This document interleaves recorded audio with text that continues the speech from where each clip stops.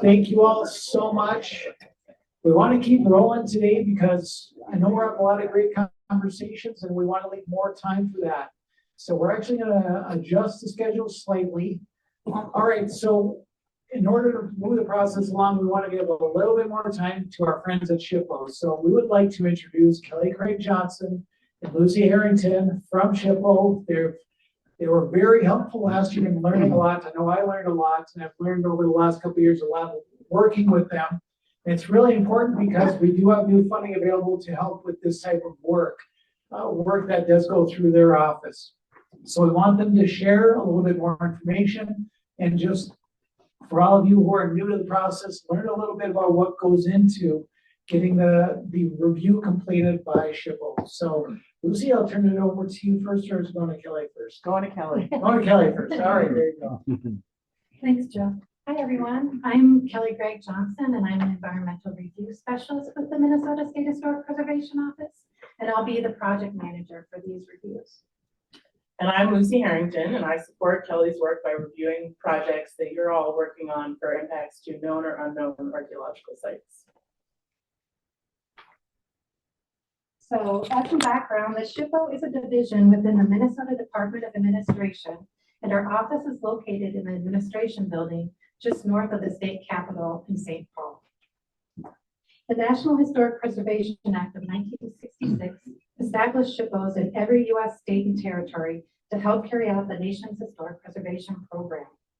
Minnesota's SHPO was established in 1969.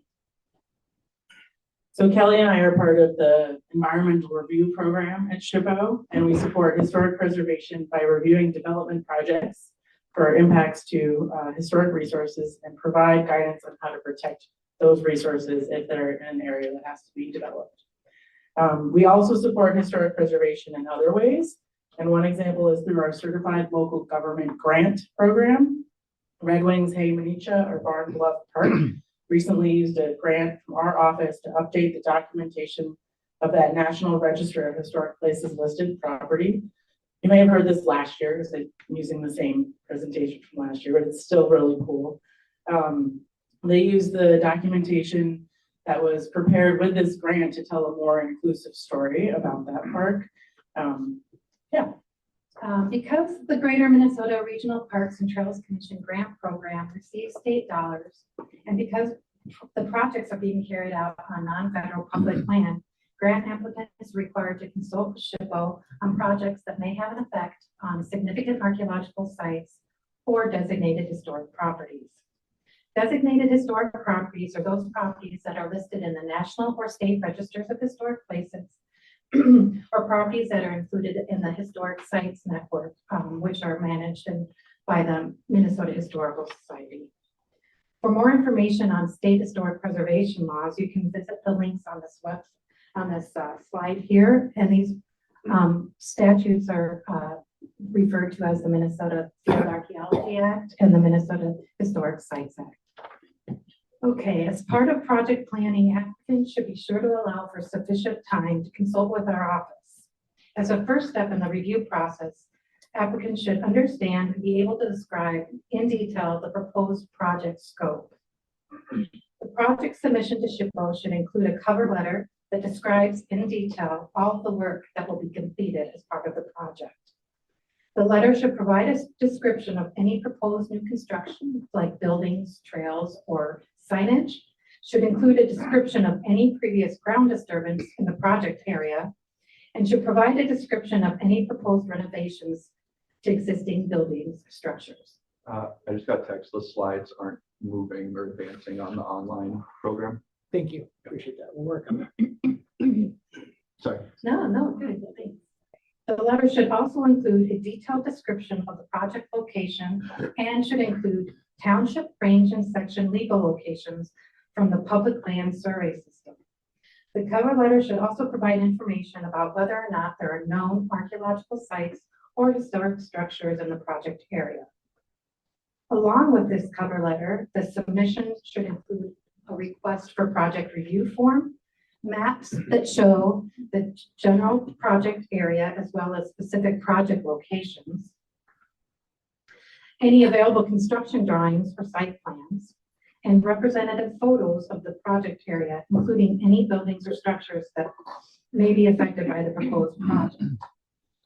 If any previous archaeological or architectural history surveys have been completed within the project area, these reports should be submitted, and you should provide a summary of the report's recommendations and describe how the project will avoid impacts to any cultural resources that have been identified. So this is an overview of the documentation Kelly was just talking about on this slide. You may have noticed me, if you're here in person, that I was laser pointering different pieces. So we've got a cover letter on the left, the request for project review form, 2 maps, and then a bunch of photos of old buildings. So this is the kind of information we're looking for. And what we've seen recently, what I've noticed recently, is that a lot of the parks already have archaeology surveys that were done a long time ago. Don't assume that we know that that survey exists or was done, or that we even have a copy, because we don't always have copies of those surveys, or we don't always know that those surveys exist. They weren't necessarily submitted to our office. And just in general, if you're asking us something and you have a survey, just send that survey in with the submittal, because then we'll all be on the same page together. Okay, I'm passing it back to Kelly. Lucy's going to run through some applications for Minship, which is on our SHPO website, and is a map of historic properties that are you can do research on that might be in your project area. She's also going to walk through the Office of the State Archaeologist portal. Is this document required for any project that requires digging, or is it just any project that has been submitted? Any project that has been submitted needs this information. So, you know, if you're getting a project to do Seal coating on a building, on a trail, Yep. yes, you should. I mean, if that's a project that needs to be submitted to our office for review, then yes, this documentation should. Okay. Okay. And but just make clear that there is no previous ground disturbance and exactly what you're doing, and that would be very helpful. Okay, perfect. Thank you. Sure. Yeah, just kind of a quick follow-up. Is there anything else we can do when it's kind of generally assumed that there's not any significant disturbance of any resources to kind of expedite that process in your end? We have a lot of projects to review, so there is no speeding up our timelines externally. We are trying to work on that internally in our office through staff hiring and just internal organization processes stuff. Yeah. No, that's understandable. I mean, capacity is capacity. I was just seeing if there's anything we can do to help on that. I mean, I think I read 60 archaeology reports in 4 days over the Christmas break because nobody wanted to have any meetings with me, so that was very helpful. But, you know, just make sure you include all this documentation in your submission so that we don't have to hold up the project and ask for more. Because every time we ask for more information, it starts the review clock over, and I'll go kind of into the review timelines that's coming up. So. More information is better. And photos are free. Okay, so I'm giving a tour of our online inventories, is how we talk about them. So this is the SHPO website. So if you land on the SHPO website, you Google MN SHPO or MN State Historic Preservation Office. You come here, you click survey and inventory, and that gets you to our inventory portals and some survey manuals and guidelines. We're going to start with the statewide historic inventory portal. And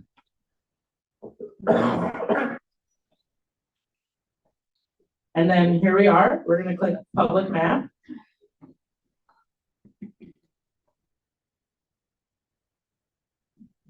And then, ooh, there's a map. Doesn't really show anything on it. So I think I can have it come to us. I'm going to allow this time. Oh, we're not going to do this. Okay.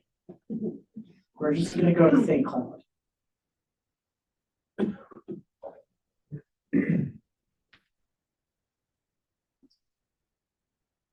It always starts you zoom really far in.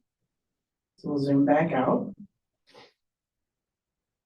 And here we are in St. Cloud. There's a lot of buildings on the map in St. Cloud. This is very exciting. So, I'm gonna zoom out a little further to show you. It's what you can see on the map is tied to how zoomed in you are. So if you don't see anything on the map, you're probably too far zoomed out.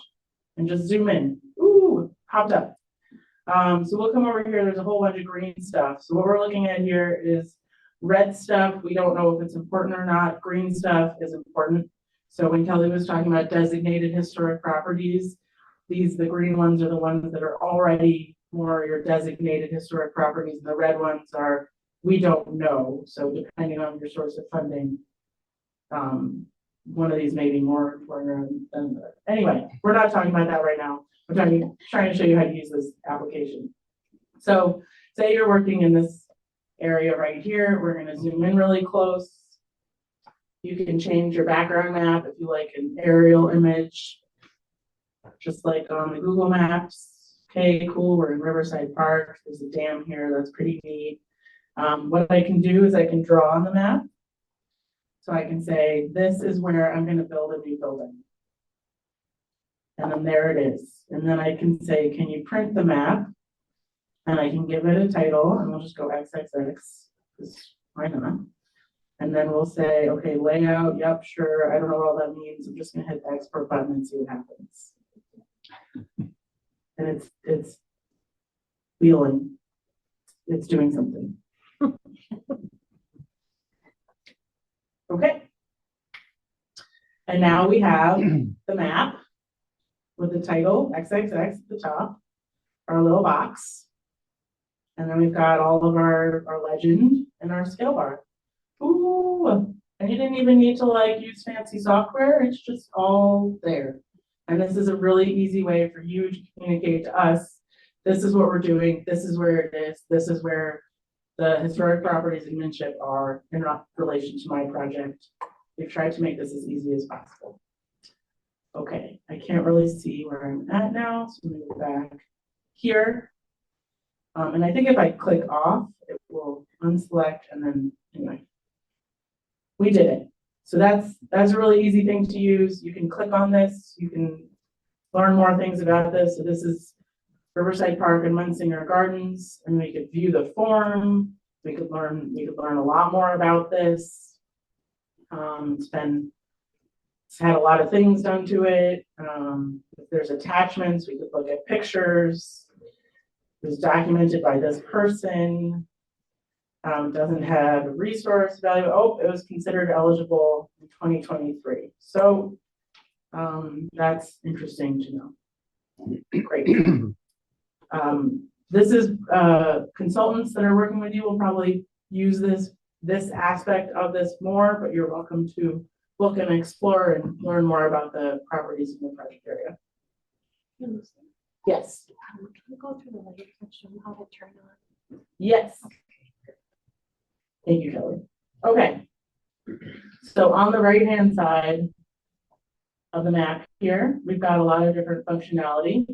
I clicked the base map one because I wanted to flip to imagery.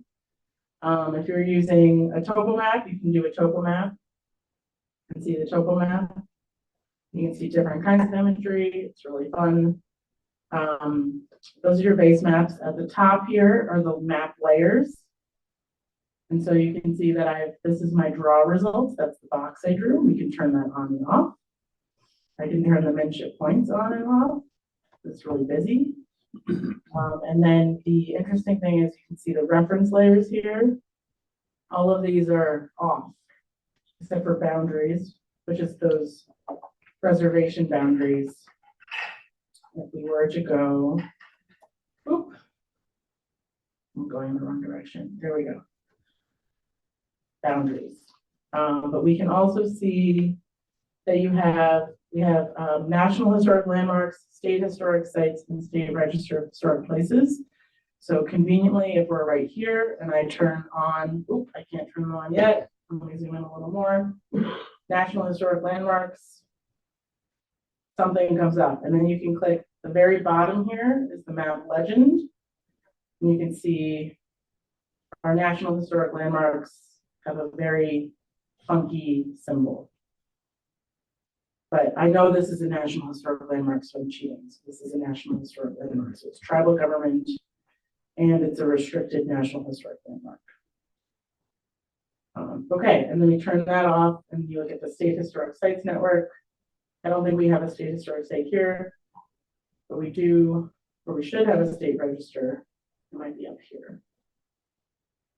I'm not sure where the state register for this one is, but these ones are ones that you want to turn on because they could be, they're not necessarily represented in the base map. And so you just want to make sure. You can also, for state historic sites and state register of historic places, you can go straight to the statute, and there's a list in statute. If you go to the Minnesota Revisor website, there's a quick list, and that'll tell you also. Okay, so just don't forget to turn on and off your reference layers. And then in other places, people really like the passenger railroads one. This is a really cool thing. It shows you all the railroads in the whole state. And it's, so you can see these long railroads. It's really fun. Anyway. Okay. You can also use this little filter button to search for a specific county. Let's search Lyon County, and we won't do anything else. Okay, and then we get these tables.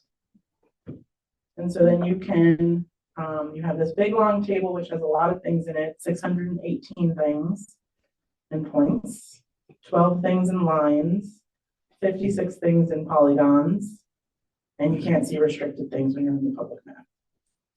So if I hit these three dots here, I can export a table of all of the points. So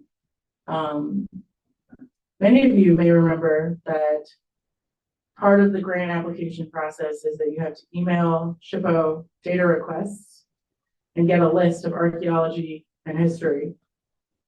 We're not doing that anymore because we have launched this website. So we expect you to come to MinShip and the OSA portal, and we expect you to print that map from MinShip, maybe do a screenshot from the OSA portal.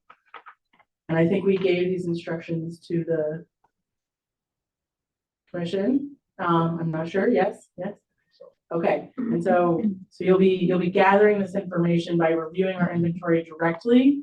And if you email us, we will say, go to these websites. We'll remind you to have to go to these websites. And if you need a refresher when you're doing your application in March, just feel free to email the data request email and say, I need help doing this, or email the MinShip help email. There's another email on our website, and say, I can't remember how Lucy said to make a map. I really want to print a map because that seemed really slick. Can you just give me a tour of how to do that? And we can do that. We can jump on Teams with you really fast, and we can show you, and easy peasy.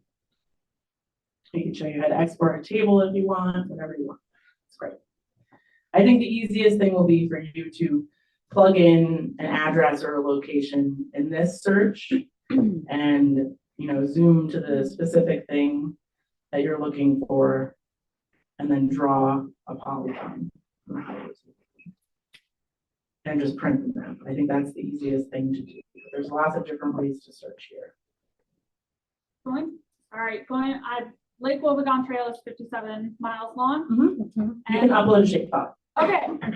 Yeah. Perfect. Oh, look at that one. This one. Yeah. So this little plus sign right here, you click it, and you have to select a zip shapefile. So if you have a shapefile of something really, really, really big, and I would recommend it be a polygon. So if you have a line, just buffer it like 25 feet or 20 feet, and then input the polygon. Perfect. And then send it to a zipped folder, and then upload the zipped folder. And it's not keeping that here. It's just for your use. Oh, you can try to go for it. No, it doesn't have that functionality. This program is big enough as it is. So yeah, so for anybody who is really good at GIS, you could just create a shapefile and upload a shapefile to search. If you use Google Maps, you can use a KML to shape converter on a website. There's a lot of those, and you can then send the shapefile it creates into a zip folder and do that. But that's probably too far in the weeds for everybody. So You can also search by township ranking section. yes, yeah. So if you click, so you can search by address. I'm saying search by address because I think most of you were searching by address. Most of the data requests came in last year by address or parcel number. There is no searching by parcel number. So there's no parcel functionality here. So you'll have to use some other way to search, but address is fine.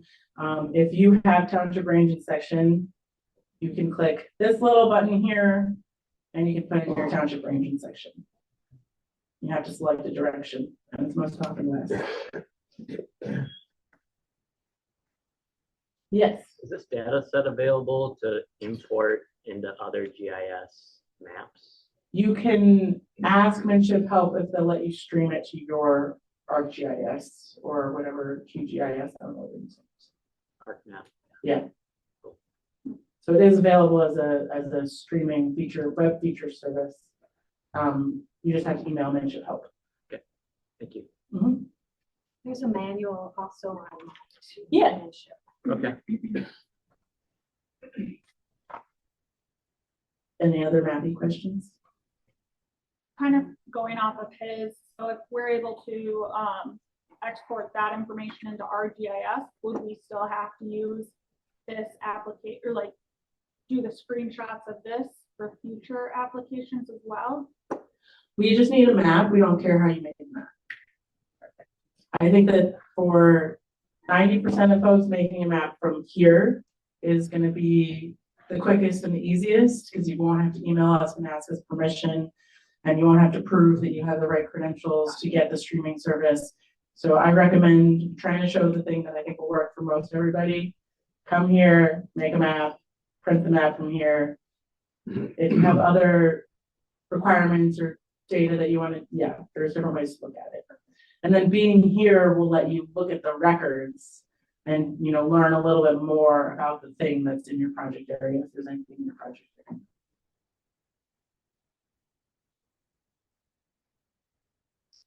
Should we go look at archaeology now? Okay. So we're back at the SHPO page. And so we just did our tour of Manship.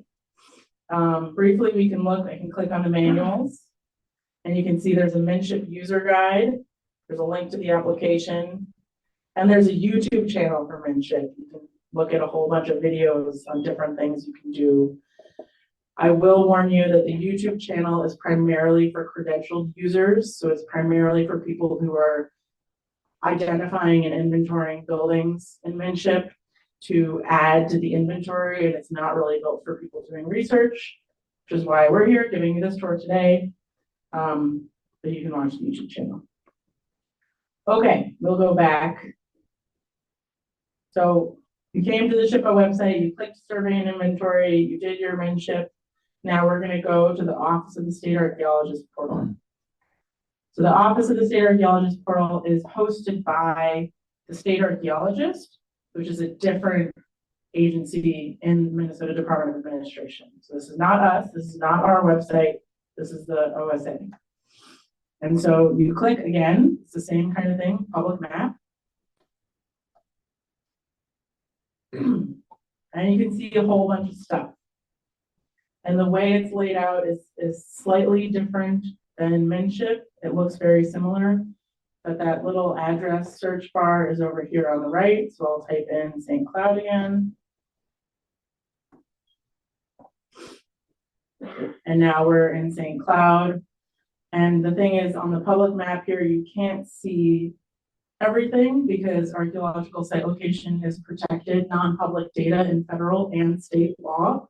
So you can only see a generalized picture of where things might be. So what we're seeing here is there's a bunch of archaeology sites already known on the edges of St. Cloud. There's 5 archaeology sites in this section. So that's what this is, OSA site summary, 5 sites. And you click here, OSA site summary, there's 3 sites here, but oh, there's 1 of 2, what's the other thing? Oh, there's a MIAC spatial layer. This means that another law applies called the Private Cemeteries Act, Minnesota Statute 30708. And this pop-up tells you what to do. You want to consult MIAC, Minnesota Indian Affairs Council, and the Office of the State Archaeologist by emailing these email addresses. And you basically just want to ask them, is there a cemetery in my project area? Is there something I should be concerned about related to burials or a cemetery in my project area? And you'll talk to them about it. SHPO has no responsibility for cemeteries or burials in state law. We might ask you to confirm that you have done this consultation, though. Yeah, because usually if, you know, we're looking at it and we're seeing that there are some mounds or cemeteries in your project area, we're gonna recommend in our letter, if we don't know you've already done it, to consult the Minnesota Indian Affairs Council and OSA. So if you see this early on, you can get that answer, like question answered early on. Similarly, here you have, that's not what I wanted to do. You have layers. You don't have very many layers. But you do have a couple of layers. You have your address search. You have your different base maps. It's always nice to look at aerial imagery. You have your bookmark functionality. You can measure things. So with the measure here, you could actually draw a box with the measure tool. And then I think you can then print, and we'll go YYY, just so it's different, and export, and it's creating our Y map.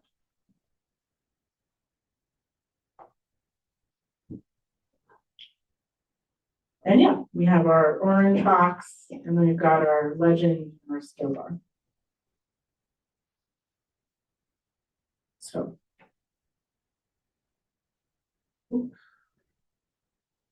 Very exciting.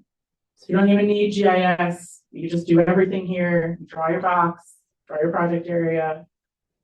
We will need a narrative description because this box square, I don't know what that means. Does that mean you're going to dig up a swimming pool that's that big? That seems unnecessary and weird. Maybe, I don't know. Yeah. Then you have your legend.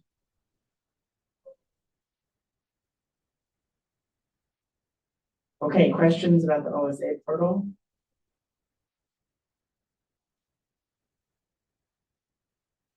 Pretty similar to Minship, so we got all those questions. You cannot stream this layer for the GIS folks. Because the OSA is not granting anybody permission to stream this layer. So you have to come here to look at this. And it would be handy if you use this little print screen thing, but you could also just take a screenshot, do whatever you want. There's lots of different things folks are doing. So if it doesn't have the slash line situation going on, and it just is like that generic one, do we still need to reach out to the OSA folks before we reach out to SHPO? Not under 30708. Okay. So if we screenshot. So the Field Archaeology Act technically says you have to consult SHPO and OSA for projects on non-federal public land. Okay, so if I am doing my, initial review stuff, I have a screenshot of the OSA portal with my project area identified. I just send that as is into you guys. With a project description and all of the other Yeah, things. with all of them. Yeah. But no additional state archaeologist outreach. The only time we recommend consultation separately from the regular consultation we're talking about is under statute 30708, when there is a known burial or cemetery. Thank you. There are, so this is, what we're seeing here, this is Native American cemeteries, right? That's what's coming up here, the Minnesota Indian Affairs Council layer. So there are other cemeteries. So the Private Cemeteries Act applies to all cemeteries in the state, and the OSA and MIAC have authority for unplatted cemeteries, which include like somebody buried grandpa in the backyard of a farmstead, right? This happens. It happened in the late 1800s a lot, and those cemeteries never got platted. But it's technically a cemetery, and so that technically counts under 30708, and those are not mapped here. I don't know if there is any single comprehensive map of all of those, you know, somebody was buried on a farmstead kind of places.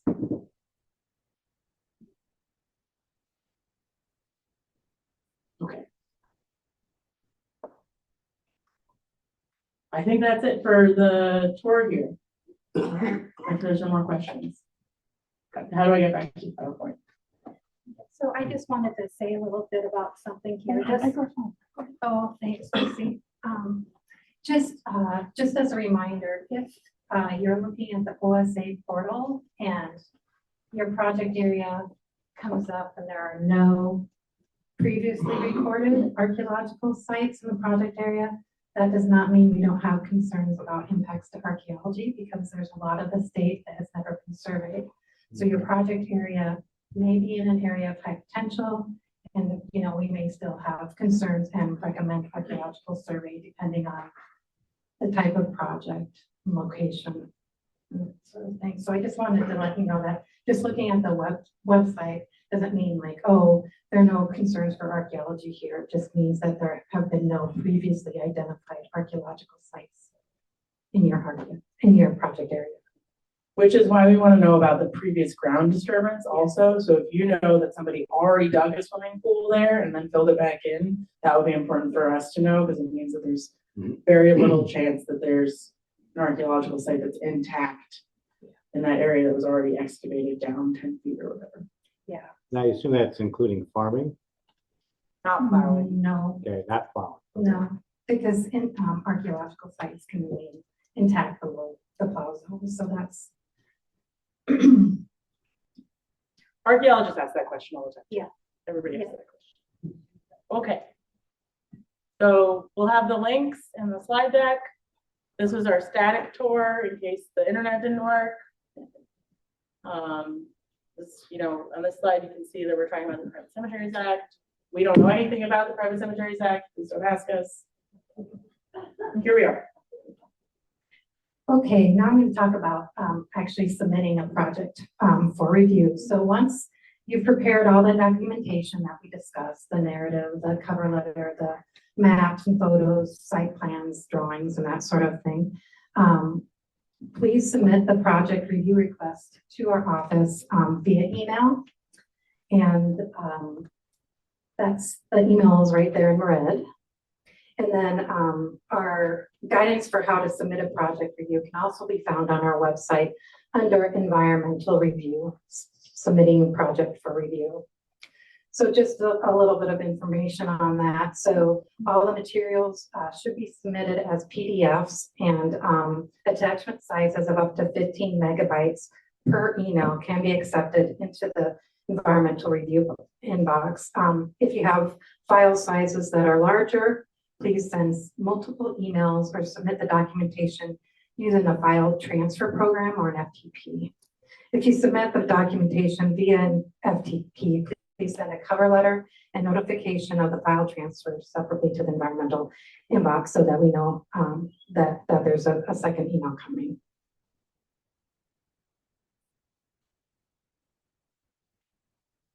Okay, once the project information is received in our office, it will get logged in and routed for review. Most of not all of these projects will be reviewed by Lucy and I, and sometimes projects will also be reviewed by other SHPO staff, depending on what it is. And then once the review is completed, we'll issue a comment letter, and it will be sent to the applicant and the DNR project manager via email. The letter will include comments and recommendations based on the type of project, the project location, and its potential to affect cultural resources. And here's the information about timelines. We try really hard to respond within 30 days of receiving the documentation, but reviews will take longer sometimes depending on the workload. So we have been experiencing a very high level of project reviews. So You know, it just depends on how many projects are in for review at any single time. So review times may also be extended if projects are submitted with incomplete documentation or if request additional information. So again, sometimes due to the nature and location of the development, we will request an archaeology survey to learn more about whether there are unknown archaeological sites or whether the archaeological sites that are already known in the project area are significant. And so that should be part of your planning process to think about that. So if you go to the OSA portal and you see that there's 16 sites overlapping the section where your project is, that's either going to need an archaeology survey or more detailed archaeology assessments. Yeah, and if you have archaeological reports and you know where the sites are located, given those reports, when you submit your project and you see that those sites are in your project area, you should discuss how your project, you propose to avoid effects to those archaeological sites during project design. So anyway, you know, that's why it's really important to keep track of those archaeological reports that you may have already have done in your park, so you know how to avoid impacts to those sites and design. You can hopefully design the project around those sites. Okay, here are some tips for successful review. So first of all, planning for sufficient time to consult with our office will be key, as is submitting the required documentation, including a detailed project description, project maps, photographs, and site plans if available. And remember to include any of those previous cultural resource studies that have been completed as part of the project.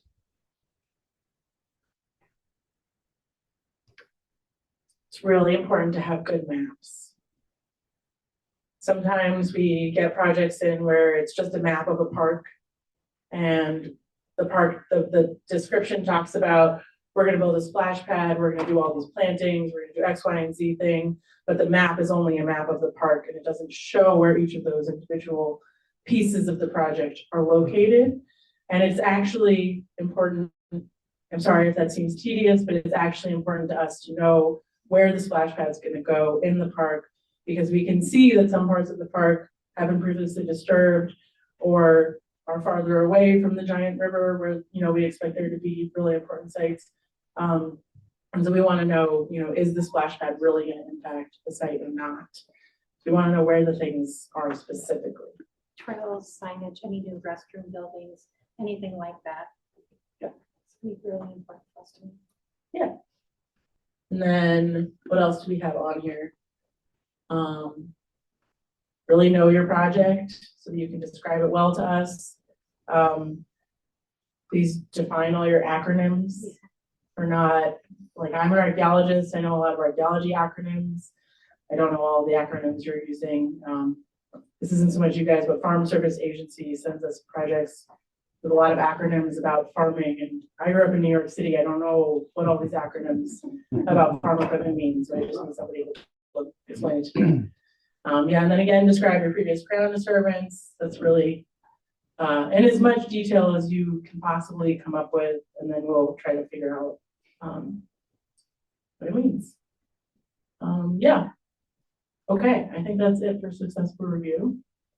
And please feel free to reach out to myself or Lucy if you have questions before or during or after, you know, we've completed our review. We really want to help you get through this process. We want it to go quickly and efficiently, and so please feel free to reach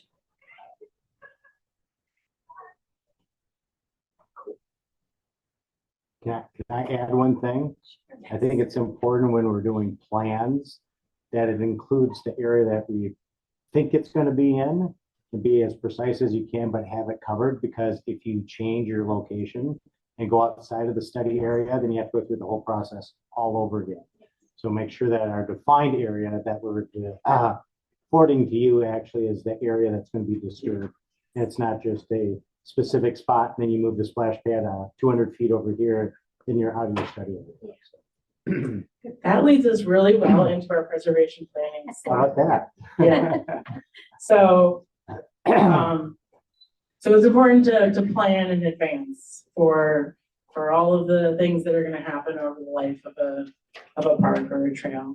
And it's hard to know what that is today, but there is some money from the commission to do planning related to archaeology. I think it's the Environmental and Archaeology Grant. Okay, got it, yes.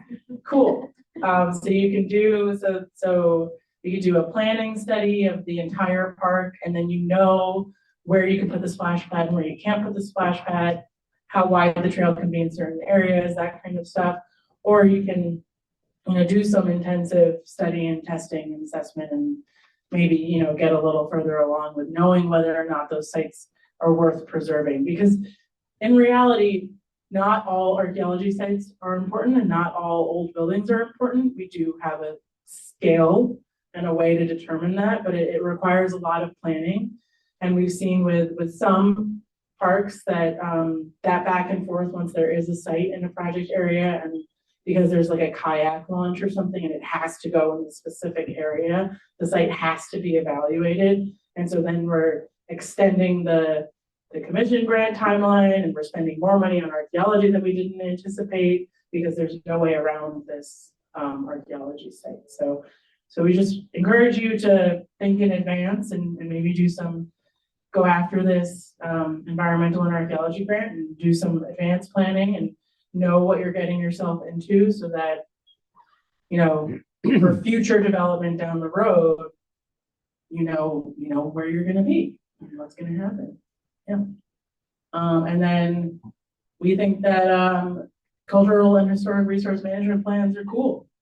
That's what we're trying to do. We're trying to plan for preservation and preserve sites and maybe interpret them. And I think some folks are doing more interpretation and some folks are not doing interpretation, but it could be, an advantage to a park to have some historic interpretation at the park.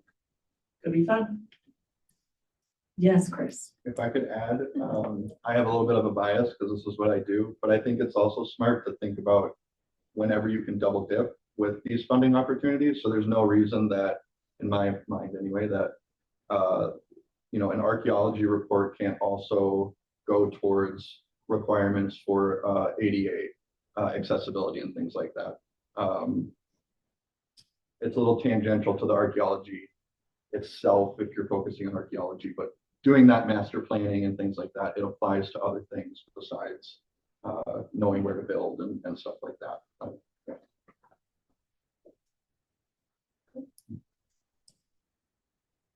I think that brings us to the end of our presentation. Yeah, thanks everyone. We appreciate having the opportunity to present, and we can open it up. Do we have time for a few questions? Is there any other questions that you might have right now? Question that is weird. But if you have a historic property and you want to change the physical address of it, that a big deal in SHPO's eyes? No. So we're more concerned about impacts to the resource itself. Sure. So if you're changing an address, no. Thanks. We talked a little bit about the planning here at the end. If a property owner wants to kind of understand what SHPO is going to want us to do or not do, is there a way for us to, do you mind us just calling SHPO and talking through a project? I feel like I've done that with another project, and I've had some great conversations, but it's also hard for the determination to be made until you can really review what is going to happen. Can you repeat the question? Sort of situation. Yeah, sure. I think the question, and let me know if I don't get it all, is that you're wondering if you can maybe have a meeting with our office prior to submitting something to get our basically feedback on whether or not what you're doing will impact cultural resources. Is that what the question is? Yeah. Yeah, we do meet, and that's fine. I think I would encourage you or the applicant to send in the project first so that we know what the project is and we understand a little bit about the project before we meet, so that we can, do some research on our end and be able to have a more meaningful conversation. So I would say please submit the project first, and then, if you have further questions, go ahead and say, yeah, I'd like to set up a meeting, if that's possible, and we can do it, then. Yeah, so sometimes you don't know the project. I mean, so I'll give an example. Like I've got a historic building and I want to put an elevator in it somewhere. And so it's nice to get, and I think that could be. I think that could be relevant to a park too. It's like, we would need to put this thing somewhere in the park, and where should we not put it? And so is there a way to work with SHPO, or, I mean, do we need to hire a planning agency to kind of go through and help us with that process? Or can we just directly contact you? You can contact us, that's fine, but I think if you know you have historic property and you're having questions, it might be you for it to be more efficient to hire somebody that's used to working with historic properties, to give you guidance on what needs certain standards, if that's your standards, or not, and then who would comment on whether or not we agree with that information. But especially if it's a big project and it's a very expensive type of project, I think it would be probably best to hire somebody to do it somewhere. We don't do project design, but we do comment on project design. Right, exactly. So it's like, if you're not going to want us to put this thing here, we want to know it now before we get too far down the road. Yeah, I think if you have a situation like that, we would be happy to meet with you and you can just talk generalities. And always know that in any meetings that we're doing, that anything that we say is just in that meeting. No final decisions are ever made during the meeting. So we actually have to have the materials in.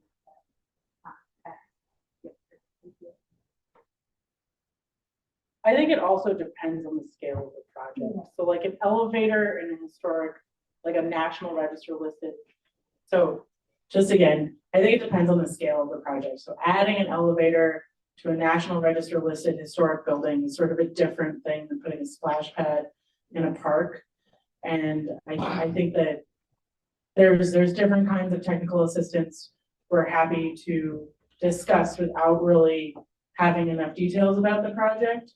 But generally for what we're talking about here, the commission and the park development, we are not familiar with the parks at all, like at all. They maybe you're live and breathe these all the time. We don't.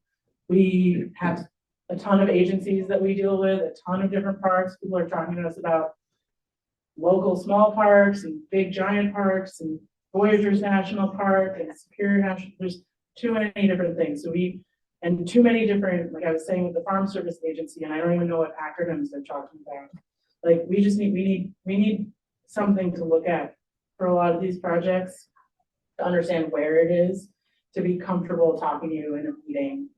And I think we both fielded phone calls with people saying like, hey, I have this thing, it might be here. And we're like, okay, do you have a SHPO number? Where is it? Do you have a township range and section? I'm going to try to look it up on the map really quick on the fly while I'm here. I was in the middle of reading an archaeology report. Anyway, it's good to send us something that we have something that we can look at and think about. In the back.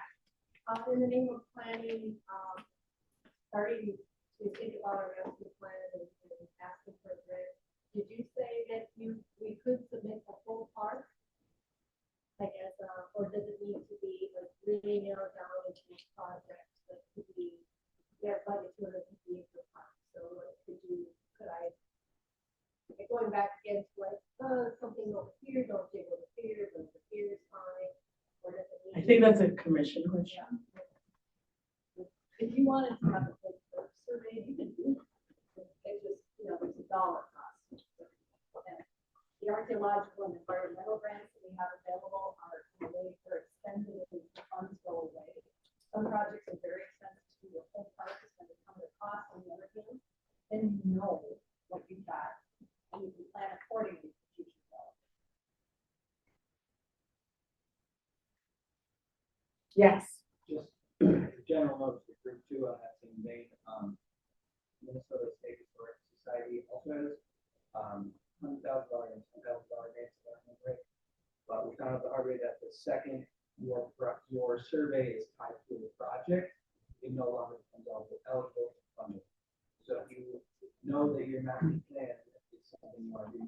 wanted to search this project area just to find things out, but the second you say our project is dependent on doing the survey. No. So the Minnesota Historical Society, yes, which is different than us, different than the State Historic Preservation Office.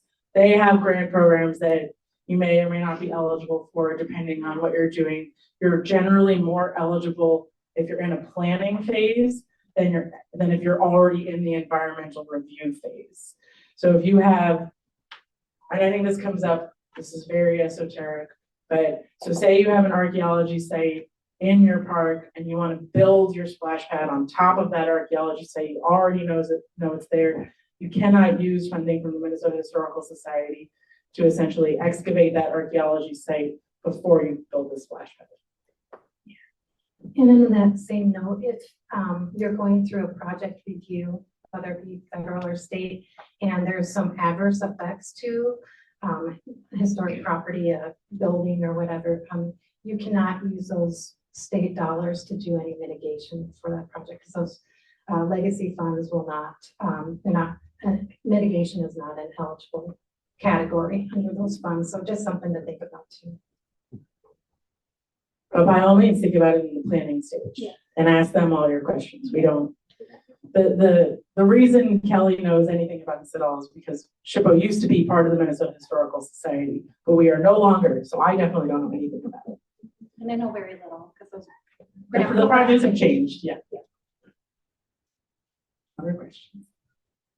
So at what point, we're designing a structure in a park, at what point do we put your review on that site in the archaeological study, like once our design is complete, or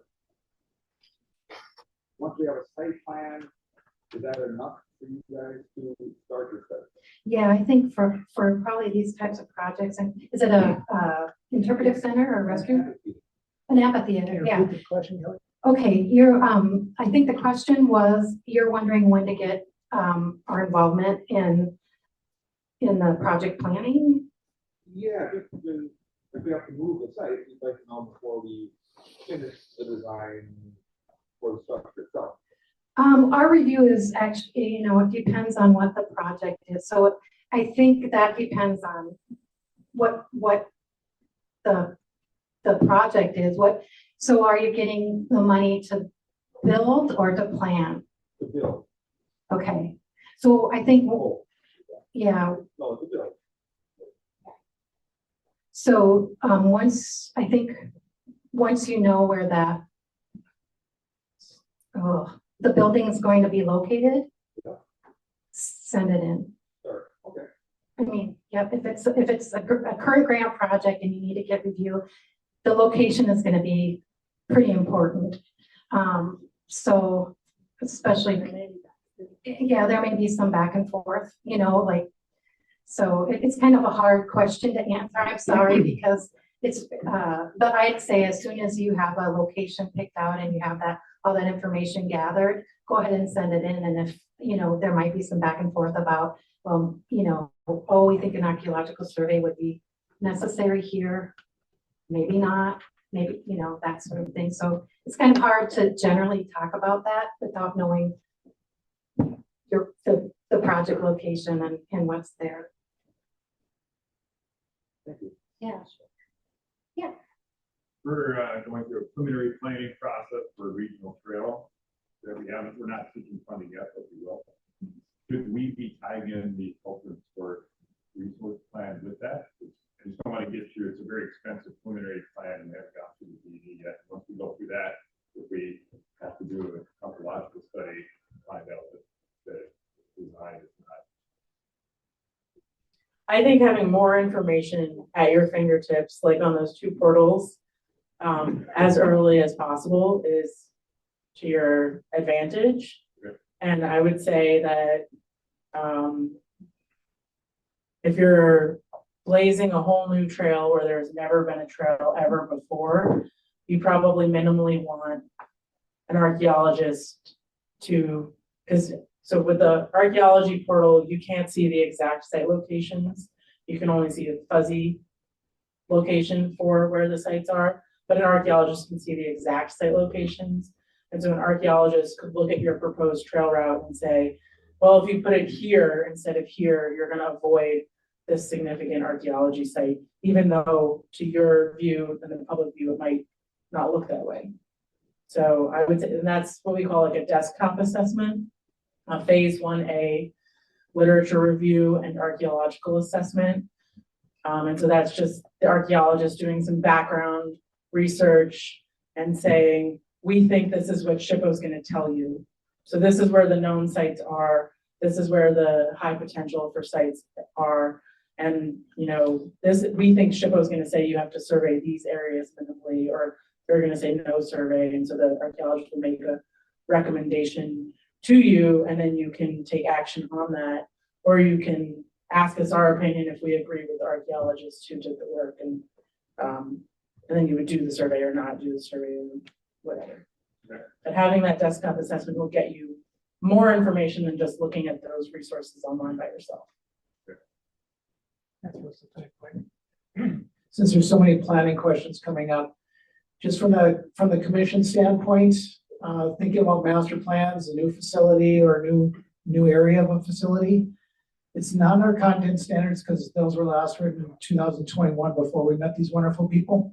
But I would strongly recommend at least take a look at the maps when you're developing sort of the natural resource component or some of those background information components of your master plan. So you've got an idea if there may be something tripping any of these triggers, anything on the maps that shows you may have some things to look at further. So you at least have an idea there.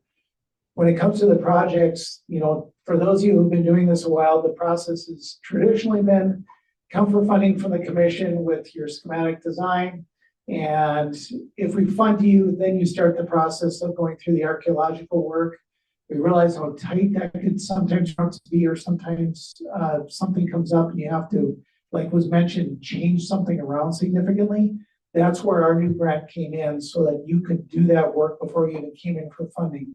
So ideally, our environmental and archaeological grant is, we're planning in a project in a couple of years. We're not ready for funding yet, but we've got enough scope down where we can do this study right now, phase 1 or whatever might be needed, so that we can be ready to go once we do get that funding. That's what our grant is really for. It could go towards larger planning in some cases, but it's really geared towards getting you over the finish line so that project can move forward quickly once you do get funding. So hopefully that answers a couple of those questions for you.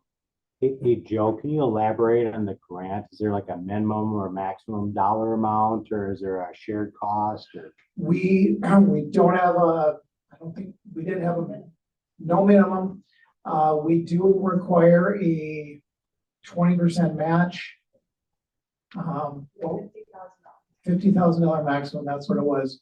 That comes open as we have funding for it. So it's right now we've got a little bit of funding in the pot yet for it. Hopefully more coming in soon.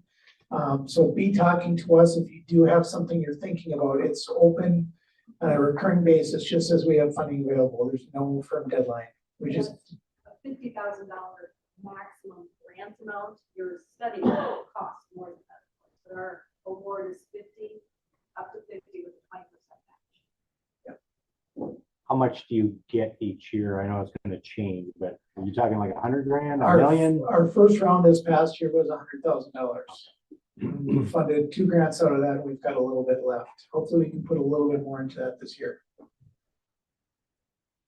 Great question. Any other, next question back to these folks. Well, that's why we're here, is because we're trying to make you aware that this might cost you some money, and it's maybe there's grants to cover, maybe there's not grants to cover it. For other development projects, there are not really grants to cover, and they still have to do this work too. So it's not just you guys.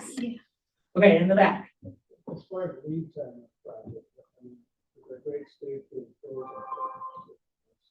the archaeologists really can't do this because things are the first year.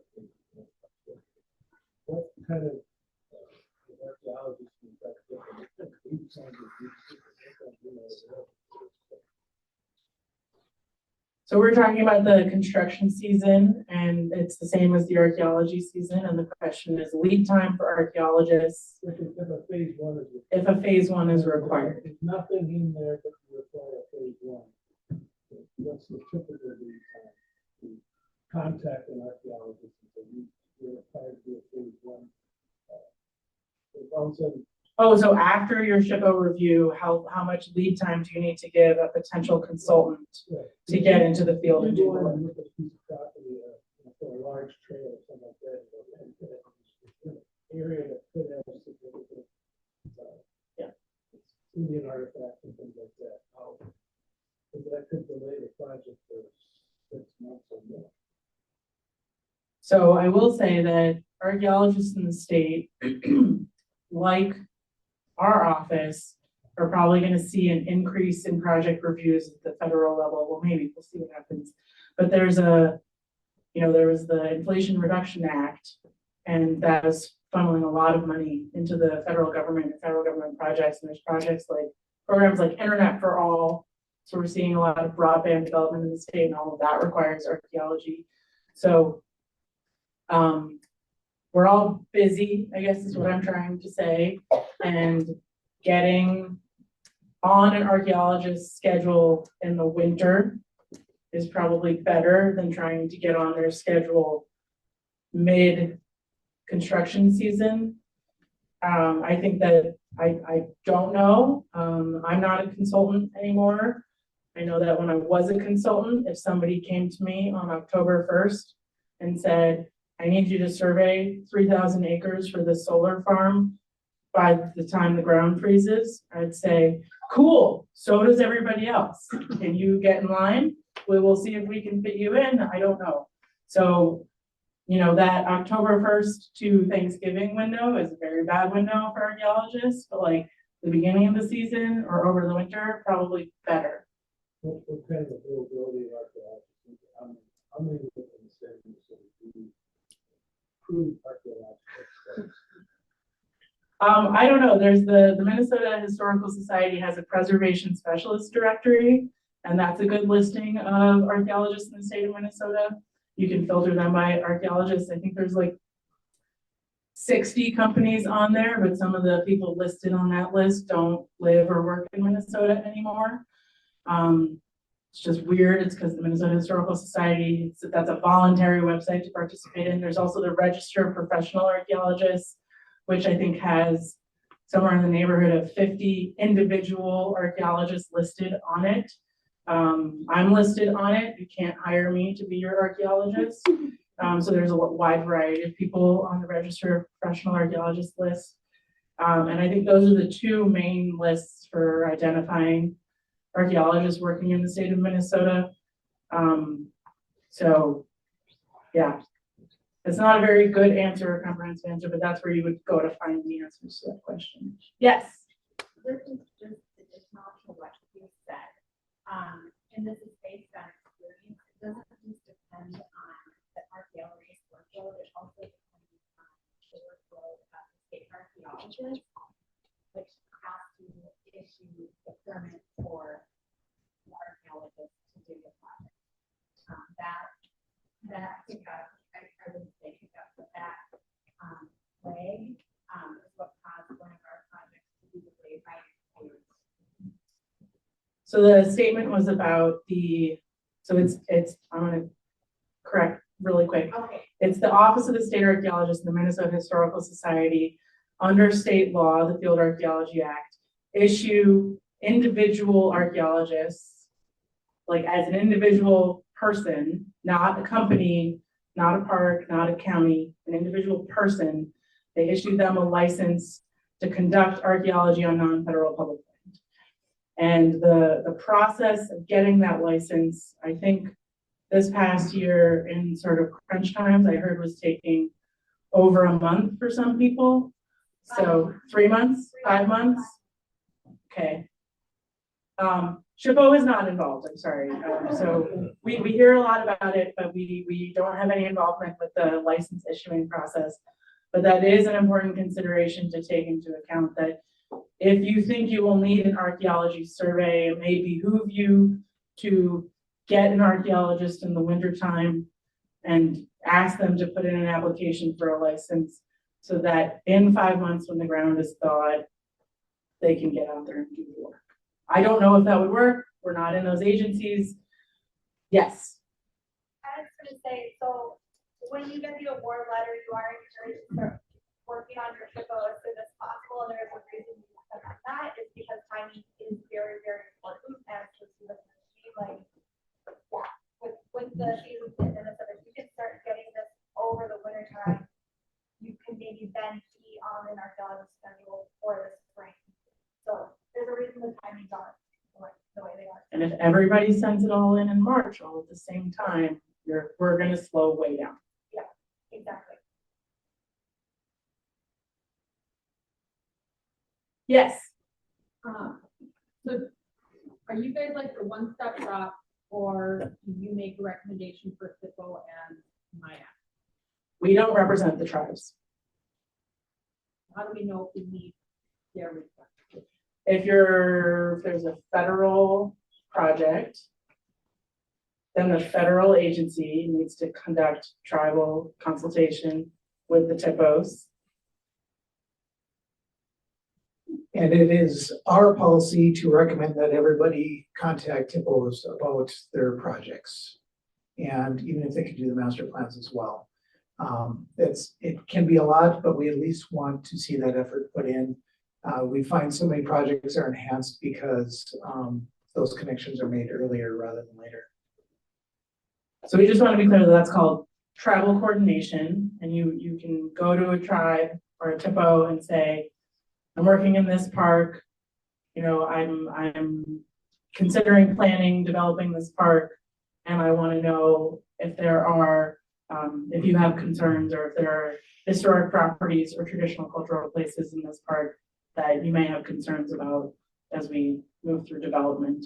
And that's an early conversation starter.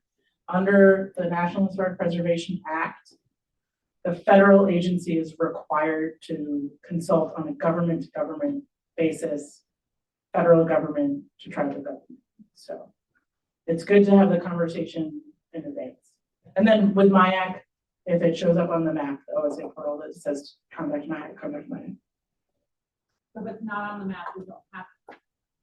I don't know how MIAC works internally, but if it shows up on the map, we'll be telling you to contact MIAC. So you probably should have already done it. There may be, because of the way licensing works, there may be MIAC triggers in other places. We don't know anything about that. That answer that? It's a lot to figure out yet, but so what I want to take away from that, because we do want to take a quick break before we move on today, we still have a lot of information to cover. They're going to be available for a little bit here, I think, yet to maybe answer some questions if available.